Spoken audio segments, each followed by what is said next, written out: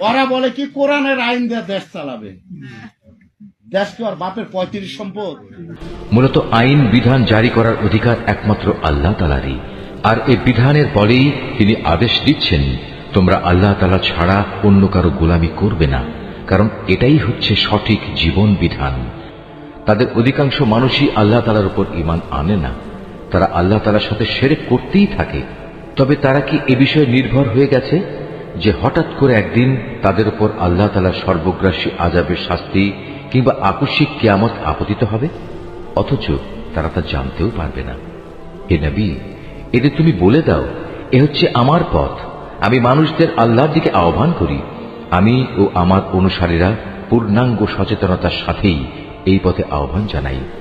আল্লাহ তাআলা মহান, পবিত্র, এবং আমি কখনো মুশরিকদের অন্তর্ভুক্ত নই। তোমার আগে বিভিন্ন জনপদে যত নবী আমি পাঠিয়েছিলাম তারা সবাই তোমার মতো মানুষই ছিল। আমি তাদের উপর ওহী নাজিল করতাম। এরা কি আমার জমিন পরিভ্রমণ করেনি? করলে অবশ্যই তারা দেখতে পেত এদের পূর্বেকার লোকদের কি ভয়াবহ পরিণাম হয়েছিল। সত্য কথা হচ্ছে, আখিরাতের ঠিকানা তাদের জন্যই কল্যাণময়, যারা নবীদের পথে চলে তাকওয়া অবলম্বন করেছে।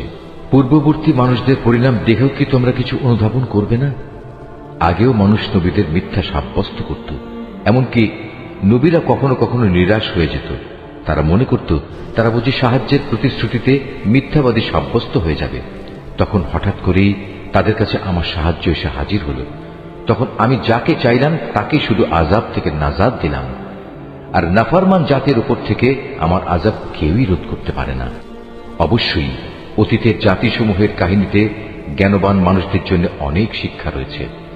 কোরআনের এসব কথা কোনো মন গড়া গল্প নয়, বরং এ হচ্ছে তারই স্পষ্ট সমর্থন যে আসমানি কিতাব তাদের কাছে আগে থেকেই মজুদ রয়েছে, বরং তাতে রয়েছে প্রতিটি বিষয়ের বিস্তারিত ও সঠিক ব্যাখ্যা।